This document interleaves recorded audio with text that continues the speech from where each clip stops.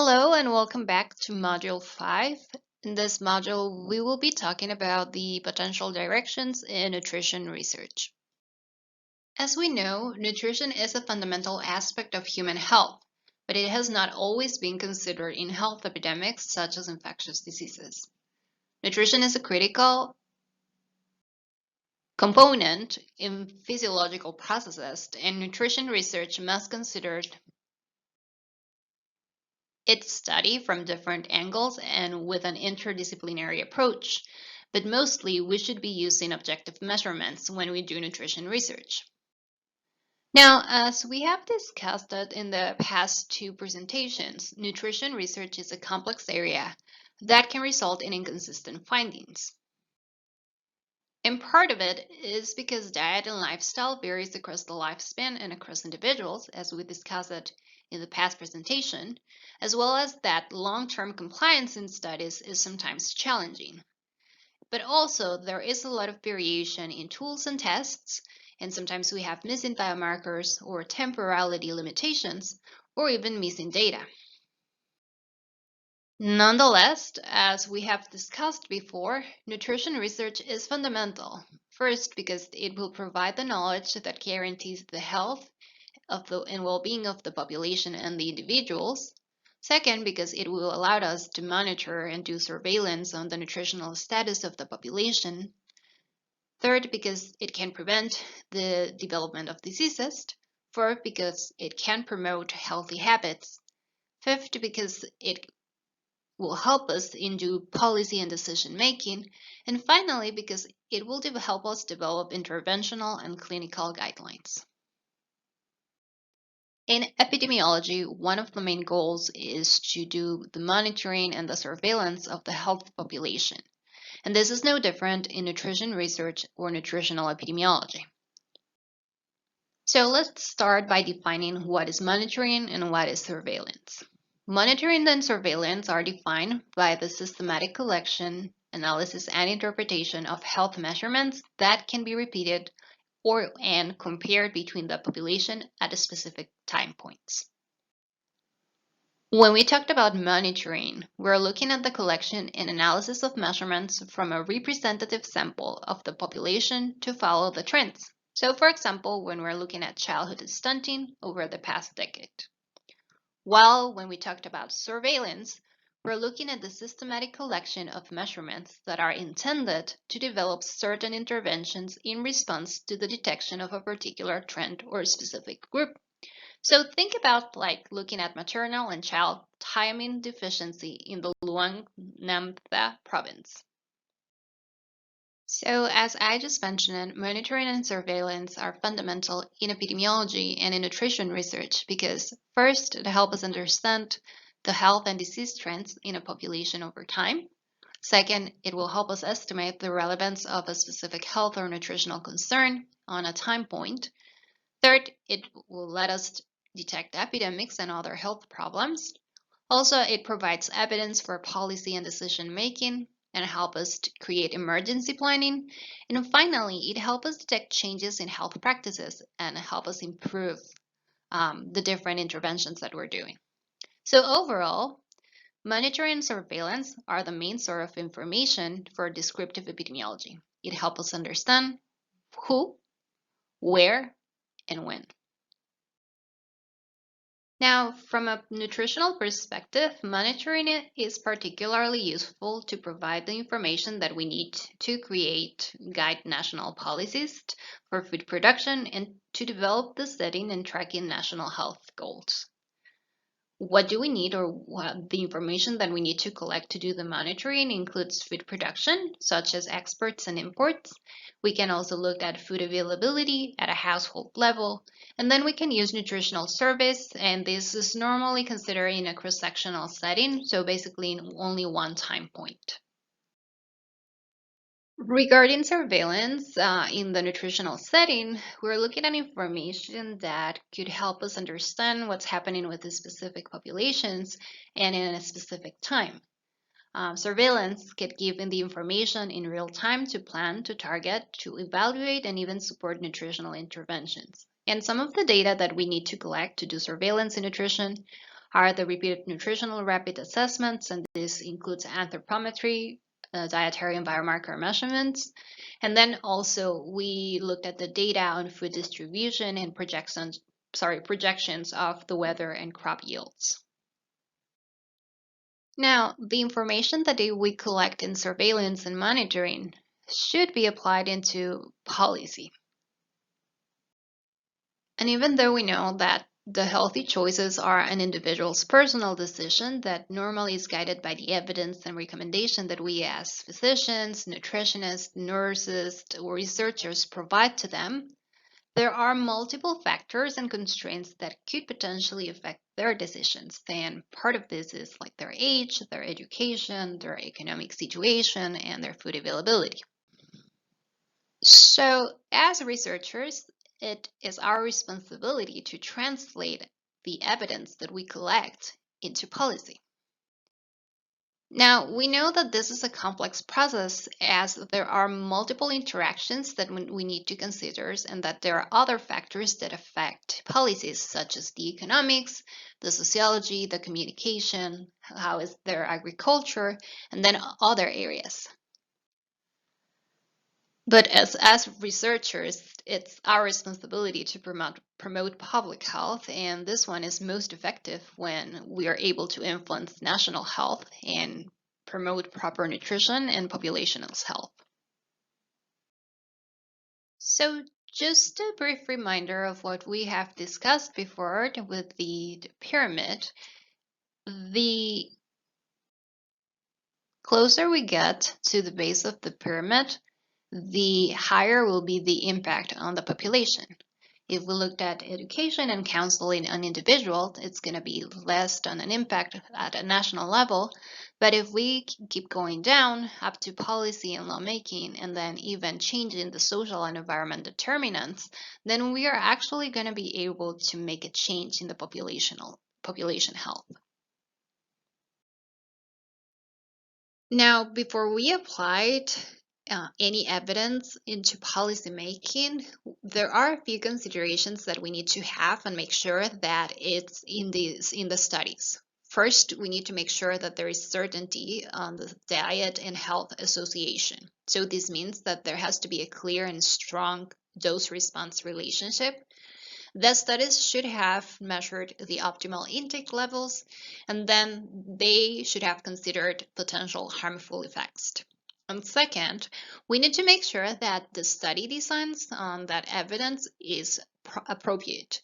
So this means that the studies should have been epidemiological and with representative samples. It should have account for dietary measurements and the differences, and then also it should have looked into the needs or any other biological characteristics. So for example, if that particular population has a specific polymorphism. So once we collect all this information and we develop our policy, the next step is to evaluate that policy. And this assessment is fundamental to actually understand the effectiveness of the policies that we're putting in place for our populations.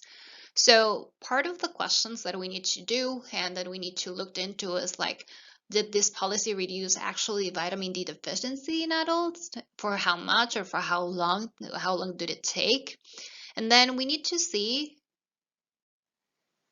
if our policy is time related regarding the health outcome, and also if it was measured at a populational level. Nutritional policy can be organized by the increasing intensity or the or a higher active intervention. And in this table, we are going from the least active to the most active from a governmental and policy perspective. So we start with education and awareness, and these are just regular dietary guidelines that we can give at a national and international level. So for example, the WHO or just the specific guidelines for Laos. Then we have labeling, and here we talked about nutritional facts on food, and then menu labeling that we can have in restaurants. Then we have economic strategies, and this is taxes on processed foods such as sodas, or we can give subsidies for healthy foods. Then we talked about both promoting or limiting food availability. So from the promoting side, we can have national food assistance programs that can be given to specific areas or groups of the population. And on the other side, we can have limiting availability on specific foods at an institutional cafeterias or selling, for example, in schools with sugary beverages or processed foods. Then we have fortification and supplementation. And here we can talk about like vitamin D on milk, iodine on salt, or folate on rice. And then finally, the highest level would be banning. And this is one of the main easiest examples is the banning on trans fats, both in restaurants and at a national production level. Now, overall, all the nutrition-related policies can be implemented in many different situations, and this includes or settings, and this includes the schools, work sites, healthcare systems, and many other different levels that goes from the family or home or even the individual, even to a national or a global setting. And it will depend on the data that we have and then on the resources that we are given to conduct these policies. So now let's talk a little bit about the most current kind of trending topics on research in nutrition that has been relevant in the past few years. These are by no means the only ones. There are more, but I will be talking about the most relevant.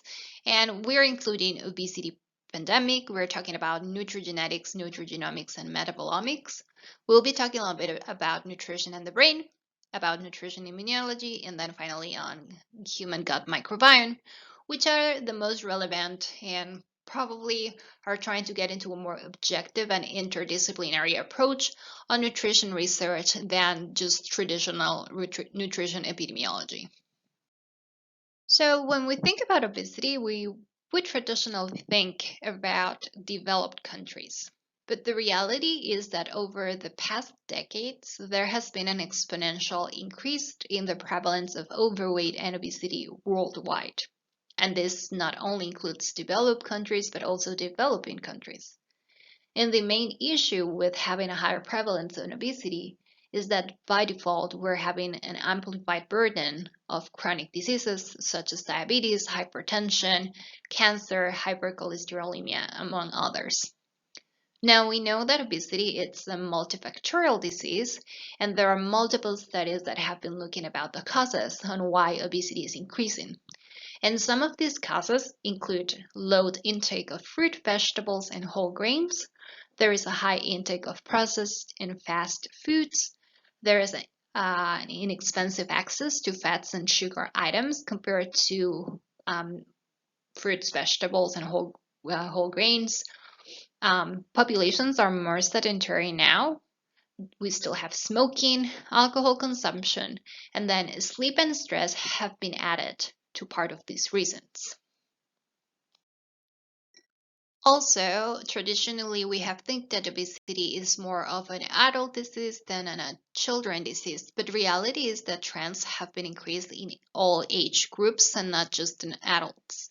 And even though Laos has traditionally focused on undernutrition, stunting,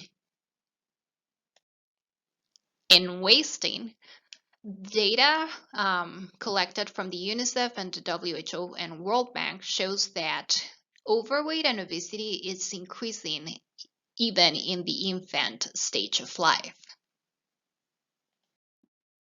And this same trend can be seen in both children and adolescents' nutritional status. If we looked at the graph from the left, we can see that overweight it's projected to increase for 2020, and let's just consider that these are predictive values and data was collected until 2016. And with obesity, it's exactly the same thing. So even though we still have to consider stunting and wasting and underweight as some of the main causes on nutritional research in Laos, we cannot oversee obesity and overweight as we are just following the same trends as other developing countries. And if we look at the adult situation, this is exactly the same as we just saw with children, adolescents, and infants. Trends are increasing exponentially for both obesity and overweight. Now, let's discuss a little bit on the reasons on why do we need to study obesity. So first, we need to identify modifiable risk factors since early in life. And as I just previously showed you, Laos is not exempt on this exponential growth on the prevalence of obesity and overweight in each of the different stages of life. Also, we need to understand the biological pathways and identify interventions that we can do or treatments and test its effectiveness. And we just need to remember that each population has its own characteristics. So even though we find a specific intervention or specific treatment like that, let's say, will work in the US, this might not be translatable to the Laos population, and that's why we need to keep working on these specific populations. Then we need to prevent and reduce weight gain because this is one of the main factors that is related to mortality and to chronic diseases. And so if we reduce weight gain, we can prevent and reduce chronic diseases such as diabetes or hypertension, and then we can also reduce mortality. Okay, so let's talk about another hot topic in nutrition. This is nutrigenomics, nutrigenetics, and metabolomics. Let's first define each one. When we talked about nutrigenetics, we were talking about how our body responds to nutrients depending on our gene variation. So let's think about someone with phenylketonuria, which is someone who's not able to metabolize phenylalanine. Now, when we talk about nutrigenomics, we're talking about how nutrients can affect gene expression. And one example is the association between high glycemic index diet and the exaggerated polymorphism of adiponectin gene that contributes to insulin resistance and type 2 diabetes. And then finally, we have metabolomics, which is the production of metabolites, which are small molecules that are produced by metabolic reactions in our body. And one of the examples is the branched chain amino acids and other aromatic amino acids that may play an early role in insulin resistance and exposing the effects on the amino acid metabolism that can help us to detect early type 2 diabetes. So one of the main highlights on this particular topic is that it has rapidly developed in the past decade. But more than that, it has brought a lot of knowledge that it's given us a new light into how nutrition research is related to human health. The three areas and understanding the interaction between nutrients, genes, and metabolites, it's necessary to just understand the mechanisms that underlie the individual variation in nutrient requirements, as not all of us have the same requirements, and also on how we respond to specific nutrients and diets. So basically, it's helping us to be more precise on the individuals instead of just putting everybody in the same group. And finally, it's highly related to precision medicine and has a very high potential on the individual's health, but also at a populational based intervention. So on the whys do we need to do and to look at nutrition genetics, nutrigenetics, nutrigenomics, and metabolomics, we can say that first, it will help us identify common subgroups that differ in nutrient requirements. Also, it will enable the integration and interpretation of evidence for specific recommendations on particular populations or individuals. It can enhance nutrition research, and this is basically because in these three areas we're using more objective measurements, and then therefore our results are going to be more precise. And then finally, it helps us understand diet variability and the effect on health that the traditional methods and tools that we have talked throughout this module might not be able to sense in the same way as these other the other methodologies that we use in these areas. So just a few examples on the research that has been done on nutrigenetics, nutrigenomics, and metabolomics. We have studies that are looking at genetic polymorphisms and how it affects the requirement on choline. We can see that there are specific metabolomic techniques in nutrition research that can help us understand better the effects of the isoflavones in humans. And another one, and these are just a few, we can see how potential novel biomarkers can improve the prediction on type 2 diabetes. Now let's talk a little bit about the relationship between nutrition research and neuroscience or neurology and psychiatric disorders. In the past 2 decades, research has started to provide evidence that there is an essential role of many dietary factors in brain function and mental health. This relationship has primarily implicated inflammation, oxidative stress, and neuroplasticity. But also, we have learned that the optimal cognitive processes and the upregulation of several genes that are important to maintain synaptic function or brain function and its plasticity are linked to specific nutrients. And overnutrition has been linked also to neuroinflammation and neurodegeneration. So it's not only about the deficiency of nutrients as omega-3 or proteins or specific amino acids, but it's also about overnutrition and obesity that has been linked to neural disorders. And also, there are nutritional factors that have been associated with psychiatric and behavioral disorders. So, on why do we need to study, or we need to include nutrition into neuroscience, is that first, nutrition plays an important role in the development and function of the nervous system. Second, there are multiple neurological disorders that are due to nutritional disturbances. And third, we need to understand the mechanisms of actions of specific nutrients on the brain and how to use these nutrients to prevent and treat neurological and psychiatric diseases. So just like in the previous topic, here are just some examples on how researchers have linked nutrition to neurocognition in neuroscience and psychiatric disorders.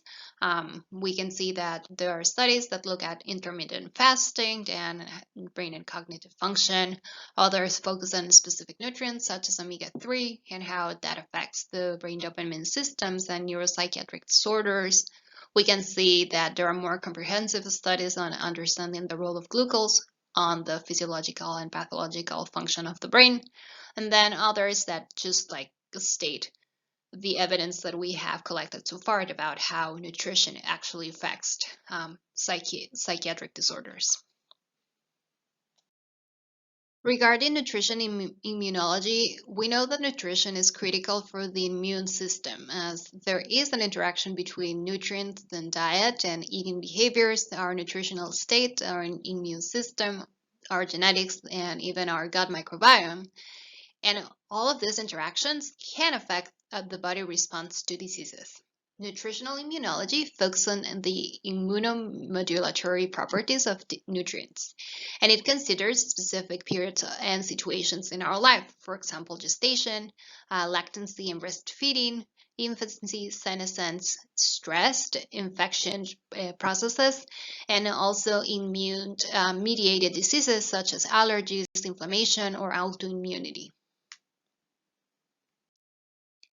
There are multiple nutrients that have a modulatory interaction or response into the immune system. The part of the ones that we can include are vitamins and minerals such as vitamin A, D, E, C, and then minerals as iron, copper, zinc, and selenium. We have polysaccharides and polyphenols such as the phenolics and flavonoids, and also we include phytochemicals here. We can have there are links between fatty acids and the immune function, and this includes polyunsaturated fatty acid supplements and also foods that are rich with these fatty acids. We have nucleotides and amino acids, particularly glutamine, taurine, and others. And then there are microbial modulators that are related to gut microbiome.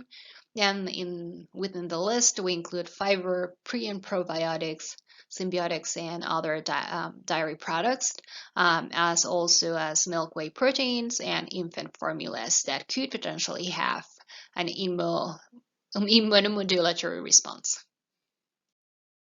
So just like before, here you can see some of the studies that have been done in nutritional immunology, which include strengthening of immune system and reducing inflammation and oxidative stress through diet and nutrition, particularly in the past couple of years with the COVID pandemic.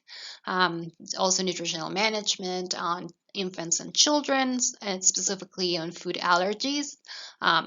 Also, we can see food nutrition, microbiota maturation, and immune development, and also more specific nutrients like the effectiveness of vitamin C in preventing and relieving symptoms on virus-induced respiratory infections.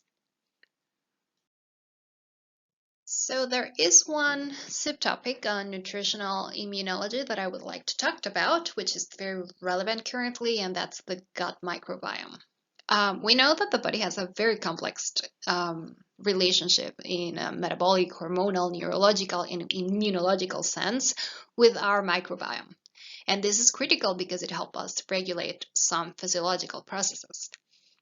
Currently, the gut microbiome is referred as the microbial organ, which is sensitive to the environment and any dietary change, and can create a balance between the physiology and the physiopathology of our body. So, moreover, into nutrition, diet is a source of our microbiota and a source of energy for the gut microbiome. And this is why it's so important to consider it in nutrition research. And there is evidence that short-term alterations in the diet will affect the composition of our gut microbiome, and that long-term changes may lead to significant alterations, which can alter those physiological processes and might actually promote diseases. So the gut microbiome can affect our immune system, some metabolic processes, and it's also associated to malnutrition in both communicable and non-communicable diseases, or infectious and chronic diseases. And there are multiple nutritive and non-nutritive bioactive components that have been linked to the gut microbiome regulation, which includes polysaccharides, fiber, short-chain fatty acids, prebiotic supplements, and several micronutrients such as the B complex, vitamin K, D, A, zinc, and iron, as well as polyphenols. So based on what we just said, the gut microbiome becomes a interesting and relevant factor that we should be considering and studying in nutrition research, as there is a direct link between our diet and nutrient intake with the alterations or not, or healthiness of our gut microbiome. And by default, that's also linked with the physiological metabolic process that are happening in our body, and also it can increase the risk of potentially having chronic and infectious diseases. So here you can see some interesting papers that are related to gut microbiome in nutrition that I found, and part of the studies that you're looking at here, it's the inclusion of the Mediterranean diet intervention with overweight and obese subjects, and how it caused changes in the gut microbiome and the metabolome independent of energy intake. You can see we can talk about the FODMAP diet and how that can affect our gut microbiome. There are studies that are looking at the exercise and the association with diet extremes and how that affects the gut microbial diversity. And then like more comprehensive ones that are looking at the human microbiome and obesity and how these two are associated. All right, so far we have talked about how nutrition research is important in science, it's important in health, and how we can apply all the evidence and the information that we get from our studies into the population in creating interventions and creating policies, and how that can improve the population's life. And we have also talked about these trending topics that are bringing us a different perspective on nutrition and are bringing more objective measurements that could improve potentially our studies. But thing is that, and I'm quoting Dr. Brown, nutritional epidemiology in its present state offers utility and substantial room for improvement. So this means that, and we have talked this so far, we have not very precise measurements and tools, and the idea is to keep moving to a more objective measurement set of tools that can help us to have more precise and rigorous studies.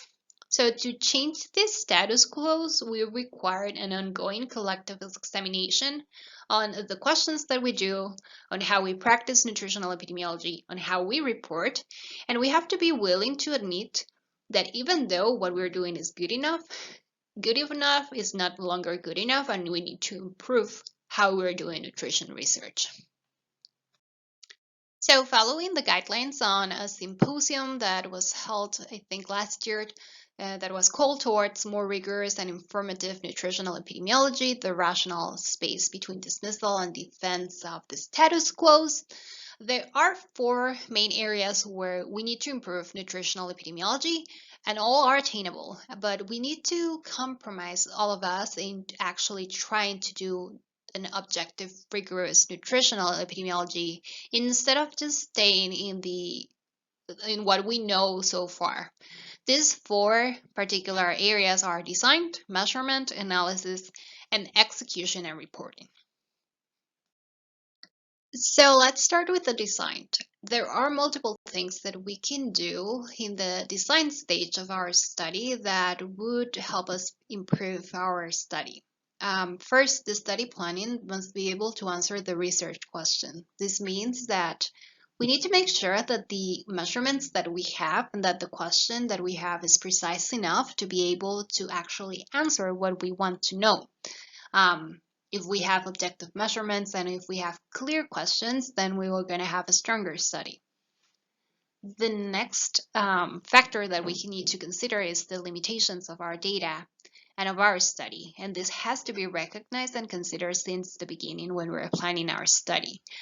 These for 2 things. First, because we need to acknowledge them, even though it's a little difficult sometimes, but also because when we know the limitations of our data, then we are not going to have wrong conclusions. The third factor that we need to consider is how generalizable and valid are our results if we take into account the study population. If we have a small sample size, if we don't have pretty objective measurements, then our study cannot be generalized, and also we cannot make inferences from our results. If we have, let's say, 50 individuals and we found that there was a decrease on their weight because they were eating passion fruit, this is not the data wouldn't allow us to make an inference on thinking that passion fruit was the cost of the decrease of weight, and we can also not generalize those results. And finally, we need to consider that there are multiple options and multiple study designs, and before we consider one and define one specifically, we need to weigh our options and choose the one that is best for us, our study, and for our data. Now, on the measurements, as we have been talking about for the past 3 presentations, we want to have as objective as we can on the measurements that we are getting, even if it's self-reported data. But if it's possible to get more objective measurements as biomarkers, then and we have the funding to do that, then we should look into that before just trying to get self-report data. Also, nutrient variability, independent measurements, and validation techniques are necessary to corroborate self-reported measurements. So if our data is self-reported, then we should have a small sample that will let us corroborate that those measurements are correct. And finally, we need to think about innovation in markers and measurements with the partnership of other disciplines, as we were talking about nutrigenomics and nutrigenetics, and even metabolomics. These are areas that have more objective measurements that we could potentially use to answer our questions. So for the analysis, there are three factors that we need to consider, and probably there are more, but these are the main.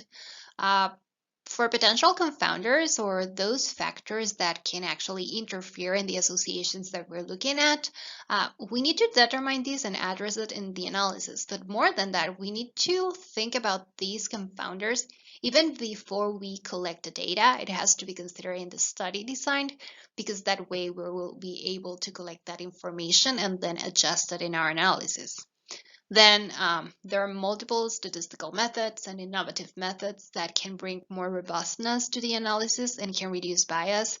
So even though sometimes it's tempting to not use more complex and advanced statistical techniques, sometimes because we don't know, or sometimes because we are a little afraid, it's always better even to bring up a statistician into our team to think through and use more innovative methods or advanced methods to answer our questions.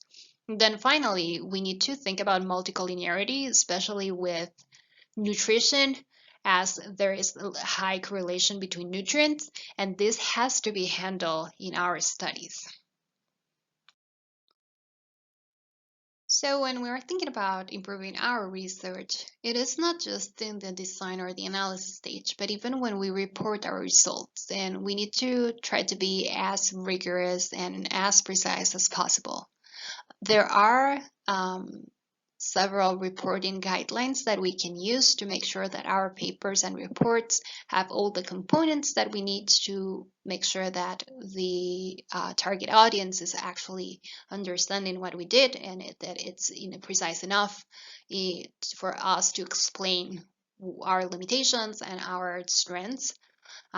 We also can't register our proposals before starting the studies.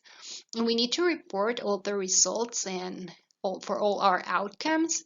And this is a pretty good practice in the sense that we're not going to change our results, and we're not going to change our question in the middle of the study. This is a proof of rigorosity and of precision, and it's a part of the research ethic that we need to promote in science. We can also share the materials, data, and code. This is also a good practice. Every time you can do it when you are publishing a paper. You can give a linked or a supplementary material for your data and your coding, which makes it more transparent. We need to avoid spinning, and this is kind of favoring or biasing the interpretation of our results, or we're just like looking at those positive results that we wanted, but we're just avoiding to talk about those negative or null results. All results are results, and we need to talked about both, and it's just making science more precise and transparent. And finally, we need to identify the limitations associated with our results. This is an important part of any paper, where we need to make sure and be considerate to the target audience, where we're talking about what were the limitations on our data, on our study, and even on our analysis. All right, let's summarize what we just learned. So first, nutrition is critical in physiological processes and must be considered with different angles, with objective measurements, and with an interdisciplinary approach. Second, nutrition research is fundamental to provide the knowledge that guarantees health and well-being on the individuals and the population. Third, monitoring and surveillance are necessary to understand health and disease trends in the population over time. It helps us estimate the relevance of a specific disease and nutritional concerns. It helps us detect epidemics and other health problems. It provides evidence for policy and decision making. And it also helps us detect changes in health practices. Fourth, healthy choices are individuals' personal decision, but we know that there are multiple constraints and factors that could potentially affect these decisions, and that's why we need to do policy applications that can help to improve the quality of life of these individuals. Fifth, there are multiple interdisciplinary topics in nutrition that can provide a better and more objective understanding of the role of nutrition in health problems and the development of precise interventions and treatments as the ones that we talked. And finally, nutrition research requires a rigorous process and it has been perceived as non-exact science due to the multiple constraints and practices that have been done in the past. But we can do improvements in our design, in our measurements, analysis, and how we report our data. And this could potentially correct the limitations that have been reported before. And we must take into account all of these improvements or all of these advices in order to make sure that our nutrition is transparent, rigorous, and precise. So again, thank you. And if you have any questions, just let us know. Send us an email and we will be happy to help.